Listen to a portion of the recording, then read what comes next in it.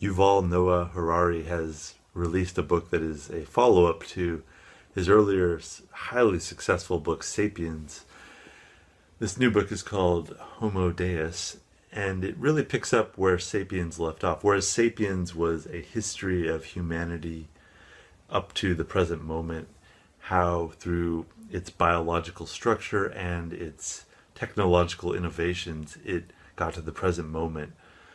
Homo Deus picks up on that and says, this is where we're at right now, and this is where we may be going. It's a look at our near future, and he's a great writer, a great nonfiction writer. He writes very simply, but has tons of ideas in his work, and that's why I enjoyed his writing. And this was one of the one of the books that I most look forward to this year, and it lived up. It was a very good book. Sapiens was heavily praised by people like Mark Zuckerberg, Bill Gates, Barack Obama, and that got it a lot of attention. I'm not sure. I think Homo Deus is selling pretty well too. If you don't know Harari, he's I want to say, a history professor, and he has a really good grasp not only of history but science and human psychology. So that really is his strength. This broad view of history and the present moment. It's really just a wonderful overview of where we're at. He's really about big ideas, and if you're into that at all, I really do recommend this book. It was quite a page turner.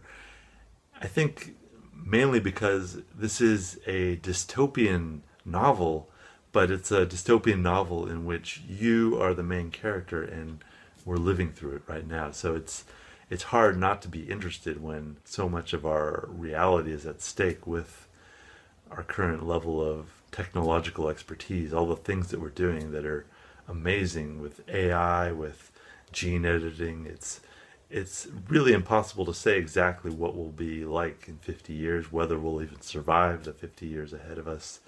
It's an amazing time to be alive. And he really shows what's so incredible about what we're doing right now.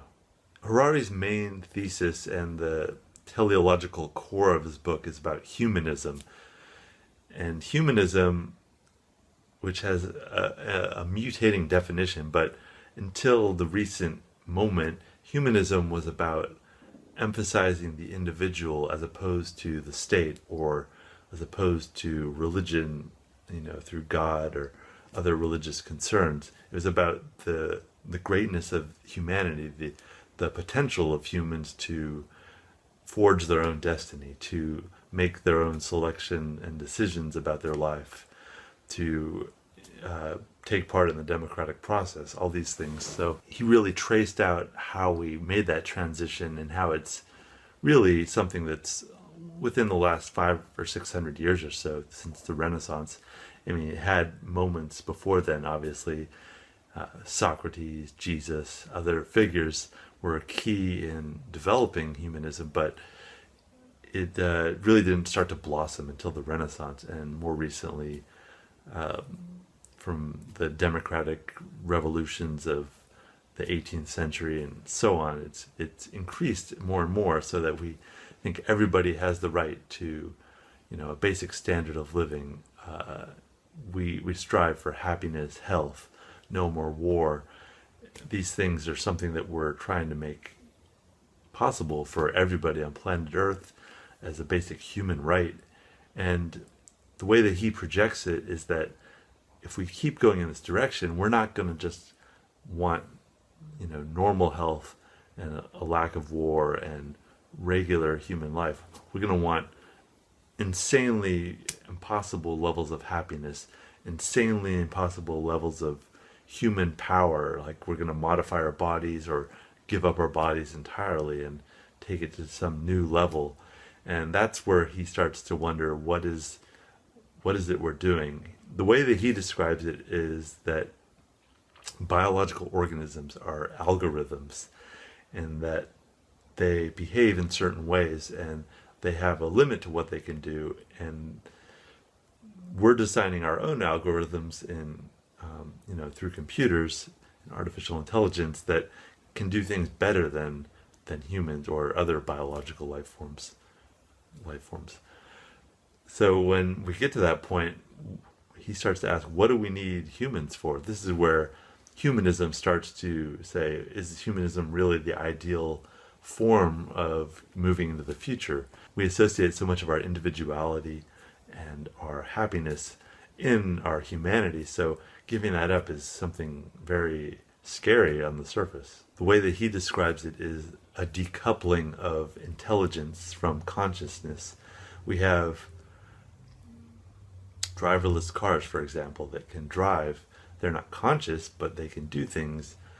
The way that AI was always depicted in science fiction in the past was that it would have this evil consciousness or good consciousness, but it would have some sense of consciousness. But the way that we have simple AI is that there is no consciousness, there's no need for consciousness, and it can do things better than humans in a lot of cases. So we may not need consciousness to do a lot of things. So at what point will we need humanity? And we may have reached the point where AI is conscious, or it's hard to say what consciousness is, because if you deconstruct it, it's just an algorithm underneath. And that's what he's saying about our own minds, is that it's really just an algorithm.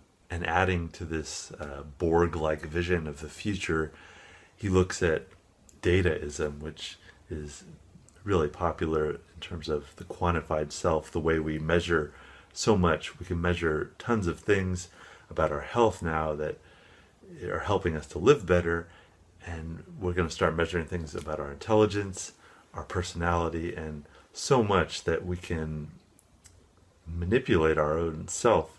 And others, advertisers, governments, and so on, are going to continue to try to influence as well. And it's really hard to say where the individual ends and begins. Since the 1980s or so, with the emergence of cyberpunk science fiction, one of the major themes has been the dissociation of the body and the mind, an actual a disdain for the body, almost a disgust for the flesh suit, as it's sometimes called, or the meat space, or whatever, however they call it in that cyberpunk. It's just a desire to move away from the body. And as more and more people live their lives online, it's becoming challenging to live this life in the body. If we're able to move beyond our bodies, is that a good or a bad thing? Who can say where it will lead us? If we're going to move into outer space, it seems we're going to have to make some alterations to our body, at least, because they don't seem capable, they're not designed to live in that environment. We need to augment it somehow, otherwise we're going to have bone density problems, we're going to suffer from radiation, poisoning, things like that. And it's just an amazing moment to be alive and see what we're going to do if we are going to get off of Earth and survive as a species. If we are attached to our humanity, to our individual ego, then yes, this could be very scary. My own personal take on it is that there's only one mind in the entire universe, and that evil and the other is something that is ultimately an illusion. So in that sense, I can only be so afraid, but it's certainly a very transformative time to be alive, and to go through so much change in such a short time can be very frightening.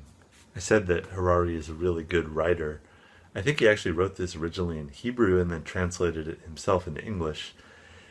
The way that he phrases some things is, a lot of times when he initially states something, I'll raise an eyebrow and I'll be like, is that true, or is that the best way that could be phrased? He does phrase things very provocatively, and that's one of his strengths as a nonfiction writer, is that he wants you to see things and jar you out of your current frame of viewing the world, and he does it so well. He's like I said, it's a real page turner. I read it very fast because I just wanted to get these ideas across, and I love this book. It's so much ideas, it's so much food for thought. You have to read it if you're interested at all in any aspect of technology and what's going on right now, artificial intelligence, the dystopian or utopian future, or both, that we're heading towards. If you're interested in cyberpunk, This is a book that you have to read. The singularity, all those ideas, everything that's going on in Silicon Valley. Read this book. It's a must-read, one of my favorites for this year, and I cannot praise it highly enough.